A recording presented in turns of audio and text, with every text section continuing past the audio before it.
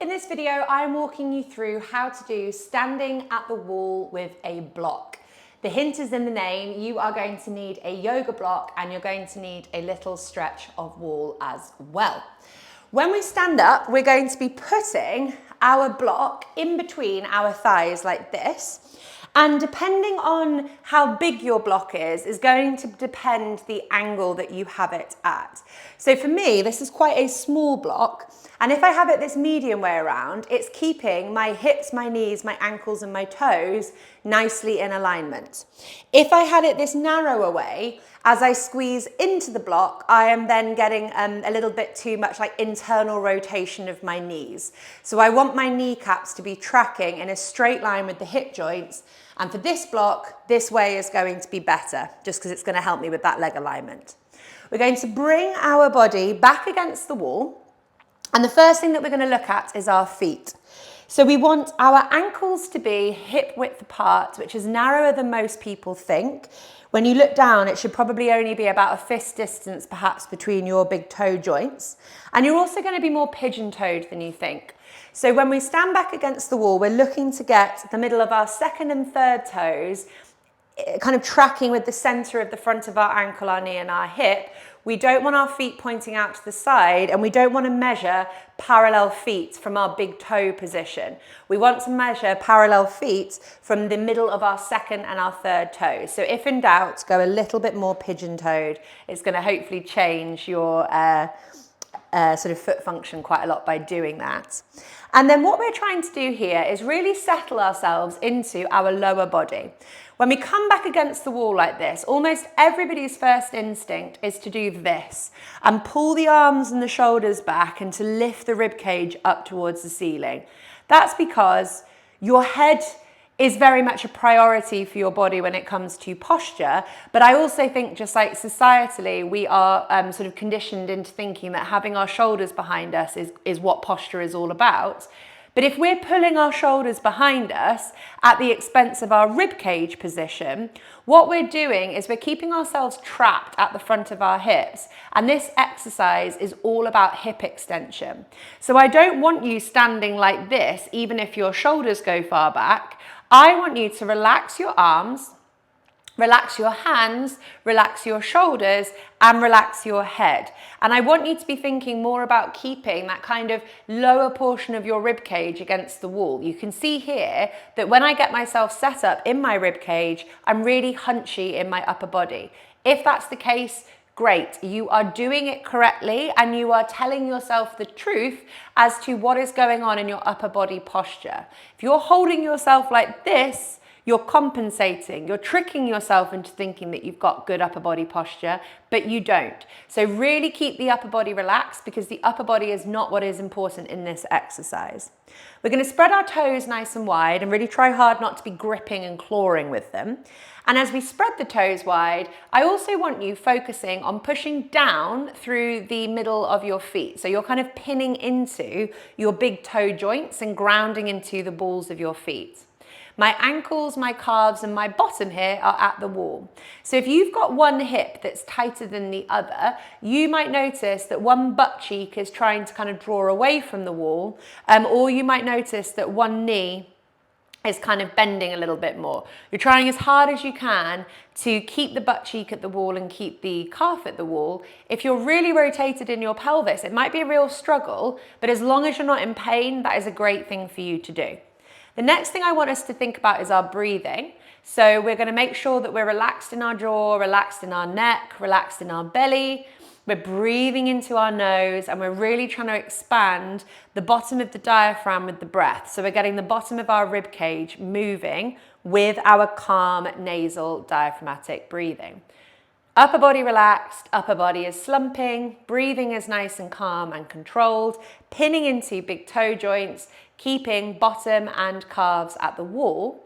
The next thing that we're going to do is squeeze in to the block that's in between our knees. And as we do that squeeze in, I don't want you losing that intention through your feet. As you squeeze in, what you are trying to do is use the squeeze of the block to firstly engage your inner thighs, your adductor muscles, But then once those guys have switched on, you're using it to tuck your pelvis under slightly posteriorly. So I am somebody who is anterior. So if I get given the choice, my pelvis rolls forward, I have like an arch in my lower back, and my belly is kind of protruding like this because of my rib cage flare. So I could squeeze the block inwards but not be changing my pelvic position, and I don't want that. What I'm doing is I'm squeezing the block and using that kind of control with the block to tuck my pelvis under. Notice that my knees are not bending as I do that. And as I tuck my pelvis under, it helps to flatten the rib cage back against the wall, and I'm achieving more hip extension for myself. So for somebody like me, and this is a very good exercise for people with an anterior tilt, if we are anterior, we're keeping ourselves trapped in the front of our hips. Squeeze the block, tuck that pelvis under, we are opening the fronts of the hips into extension, but we're making sure that the knees aren't bending as we do that. So we're using the block to help us engage with our inner thighs, our adductors, and as we tuck the pelvis under using that hold of the block, you'll probably notice your glutes and your hamstrings wake up as well. And the longer that you stand here for, you may then start noticing that it's not just the inner thighs that are working hard, it's not just the glutes and the hamstrings that are working hard. You might then start feeling all sorts of things burning around your calves, your shins, your ankles, and your feet. Anything from pelvis downwards is absolutely fantastic. I'm going to set my timer and I'm going to stay here for 5 minutes more. I would definitely recommend doing an exercise like this for at least 10 minutes.